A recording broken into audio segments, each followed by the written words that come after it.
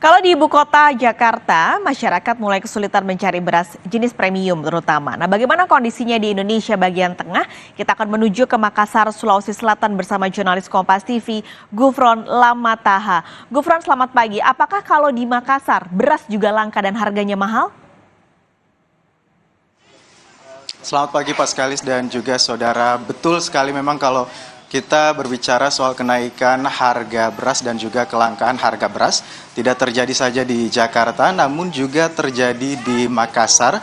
Tepatnya di tempat saya melaporkan saat ini di salah satu pasar tradisional Pak Bayeng-Bayeng Kota Makassar. Kenaikan terjadi pada beras jenis premium yang sebelumnya harga Rp14.000 naik menjadi Rp18.000 per kilogramnya. Bukan hanya beras jenis premium saja yang naik, tapi juga jenis medium dan juga jenis biasa ikut naik pada saat ini. Untuk beras jenis medium ini naik dari Rp12.000 naik menjadi Rp16.000 per kilogramnya. Nah, untuk jenis beras yang biasa ini naik dari sebelumnya harga Rp10.000 naik menjadi Rp14.000 per kilogramnya. Pedagang juga tadi kita sempat berbicara dengan beberapa pedagang di sini. Mereka mengaku bahwa mereka menurunkan pembelian di distributor akibat kelangkaan dan juga kenaikan harga beras di pasaran karena mereka juga harus merogoh kocek atau merogoh modal lebih dalam untuk bisa membeli beras pada saat kenaikan ini.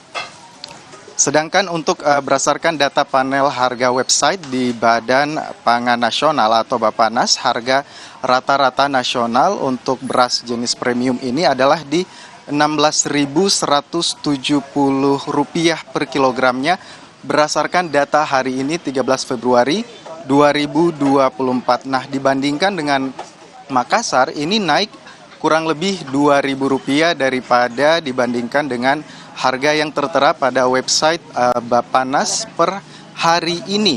Kelangkaan ini juga terjadi, saudara, karena dipengaruhi daerah penyangga produksi yang memasok beras dari beberapa daerah di kota Makassar. Untuk selengkapnya, saudara, kita simak kutipan wawancara pimpinan Perumbulok Cabang Makassar, Carmila Hasmin. Berikut ini. Saat ini kantor cabang Makassar memiliki stok kurang lebih 9.600 ton dan ini sangat-sangat aman sampai dengan 3 bulan ke depan. Kami Perumbulok sampai dengan hari ini telah meluncurkan beras bantuan pangan alokasi Januari itu sebanyak 2.062 ton di 4 kabupaten dan 1 kota. Dan sampai hari ini juga terus kami masifkan program pemerintah yaitu stabilisasi pasokan dan harga pangan, yaitu dengan meluncurkan beras SPHP kualitas medium di pasar-pasar pencatatan BPS maupun di pasar-pasar pencatatan Dinas Ketahanan Pangan, DRPK, TPK, dan retail modern. Ya, saudara, selain kelangkaan dan juga akibat kenaikan harga yang terjadi di beberapa daerah termasuk di kota Makassar ini diduga memang masih merupakan dampak dari El Nino atau kemarau panjang yang terjadi di tahun 2023.